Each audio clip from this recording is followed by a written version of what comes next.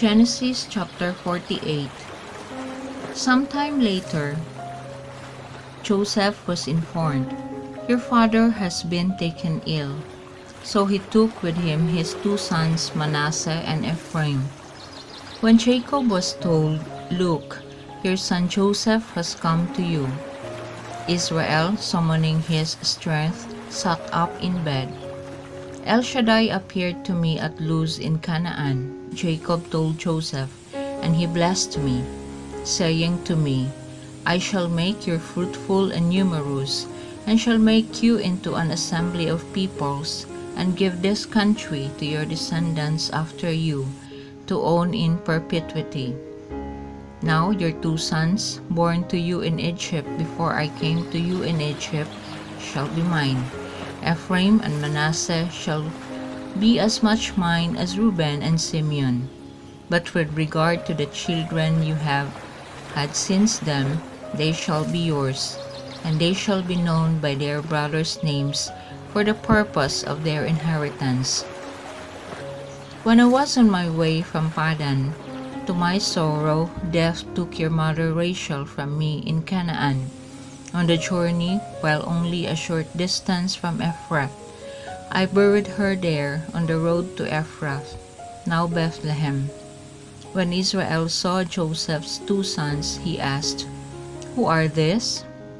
"They are my sons, whom God has given me here." Joseph told his father, "Then bring them to me," he said, "so that I may bless them." Now Israel's eyes were dim with age, and he could not see.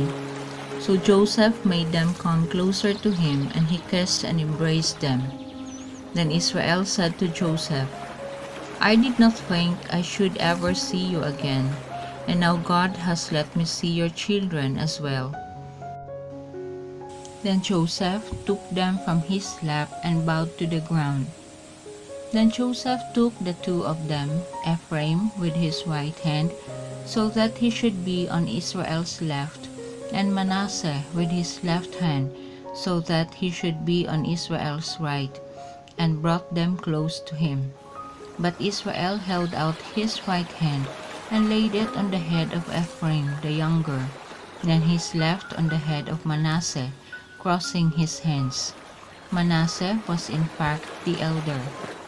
Then he blessed Joseph, saying, "May the God in whose presence my fathers Abraham and Isaac walked, God who has been my shepherd from my birth until this day, the angel who has saved me from all harm, bless these boys so that my name may live on in them, and the names of my ancestors Abraham and Isaac, and they grow into teeming multitudes on earth."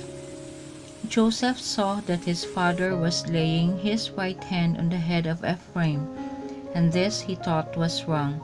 So he took his father's hand and tried to shift it from the head of Ephraim to the head of Manasseh. Joseph protested to his father, "Not like that, father. This one is the elder. Put your right hand on his head." But his father refused. "I know, my son, I know," he said. "He too shall become a people. He too will be great, but his younger brother will be greater. His offspring will be sufficient to constitute nations." So he blessed them that day, saying, "By you shall Israel bless itself," saying, "God make you like Ephraim and Manasseh," putting Ephraim before Manasseh. Then Israel said to Joseph, "Now I am about to die, but God will be with you and take you back to the land of your ancestors. As for me, I give you a Shechem more than your brothers, the one I took from the Amorites with my sword and bow." Genesis chapter 49. Jacob called his sons and said, "Gather around, so that I can tell you what is in store for you in the final days. Gather round, sons of Jacob, and listen. Listen to Israel your father. Reuben, you are my firstborn, my vigor, and the first fruit of my manhood, foremost in pride, foremost in strength, uncontrolled as water. You will not be foremost, for you climbed into your father's bed, and so defiled my couch, to my sorrow. Simeon and Levi are brothers in carrying out their malicious plans. May my soul not enter their council, nor my heart join their company. For in their rage they have killed men, and hamstrung oxen at their rim. Accursed be their rage for its ruthlessness, their wrath for its ferocity. I shall disperse them in Jacob, I shall scatter them through Israel. Judah, your brothers will praise you. You grip your enemies by the neck. Your father's sons will do you homage. Judah is a lion's whelp. You stand over your prey, my son. Like a lion he crouches and lies down, a mighty lion who dare rouse him. The scepter shall not pass from Judah, nor the ruler's staff from between his feet, until tribute be brought him, and peoples render him obedience. He tethers his donkey to the vine, to its stock the foal of his she-donkey. He washes his clothes in wine, his robes in the blood of the grape. His eyes are darkened with wine, and his teeth are white with milk. Zabulun will live by the seashore, and be a sailor on board the ships, with Sidon on his flank. Issachar is a strong donkey, lying down among sheepfolds. When he saw how good the resting place, and how pleasant the country, he bowed his shoulder to the load, and became a slave to forced labor. Dan will govern his people, like any other of the tribes of Israel. May Dan be a snake on the road, a viper on the path, who bites the horse on the hock, so that its rider falls off backwards. I long for your deliverance, Yahweh. God will be raided by raiders, and he will raid at their heels. Rich the food produced by Asher, he will furnish food fit for kings.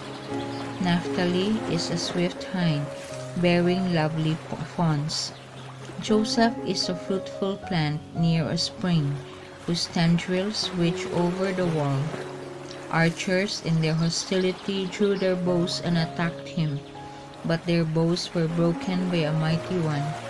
The sinew of their arms were snapped by the power of the mighty one of Jacob, by the name of the stone of Israel, the God of your father who assists you, El Shaddai who blesses you.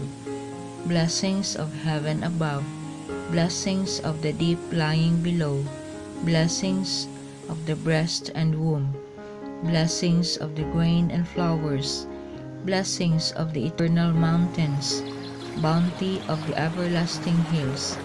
May they descend on Joseph's head, on the crown of the one dedicated from among his brothers. Benjamin is a ravening wolf. In the morning he devours the prey. In the evening he is still sharing out the spoil. All this make up the tribes of Israel, 12 in number, and this is what their father said to them as he bade them farewell, giving each an appropriate blessing. Then he gave them these instructions: I am about to be gathered to my people. Bury me with my ancestors in the cave that is in the field of Ephron the Hittite, in the cave in the field of Machpelah facing Mamre in Canaan, which Abraham bought from Ephron the Hittite as a burial site of his own. Then Abraham and his wife Sarah were buried. There Isaac and his wife Rebekah were buried, and there I buried Leah, the field and the cave in it, which were bought from the Hittites. When Jacob had finished giving his instructions to his sons, he drew his feet up into the bed, and breathing his last was gathered to his people. Genesis chapter 50. At this, Joseph threw himself on his father's face, covering it with tears and kisses.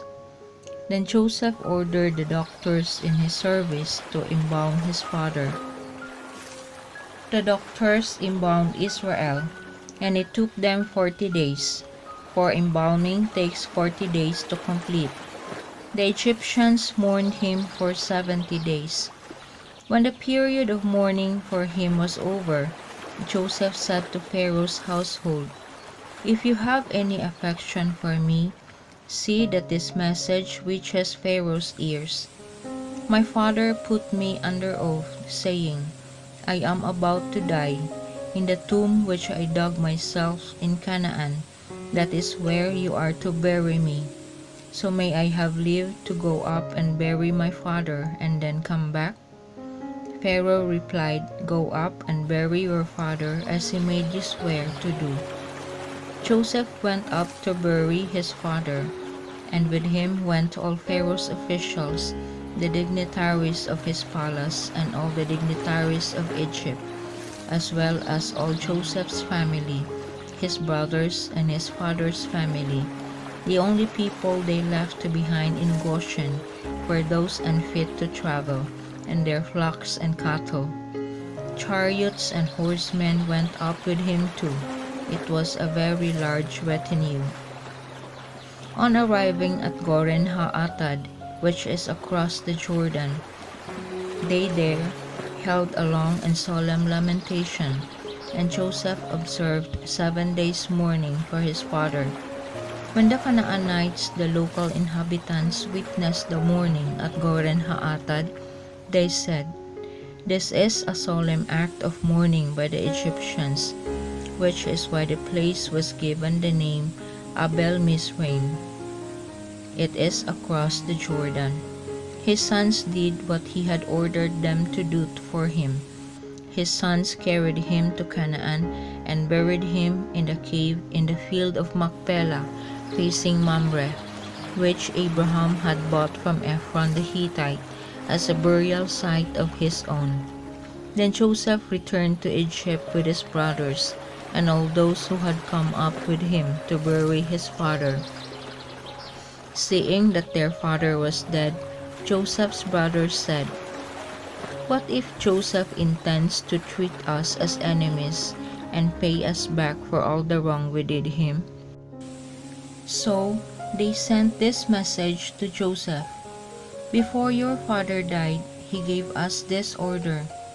You are to say to Joseph, 'Now please forgive the crime and faults of your brothers and all the wrong they did you. So now please forgive the crime of the servants of your father's God.'" Joseph wept at the message they sent to him.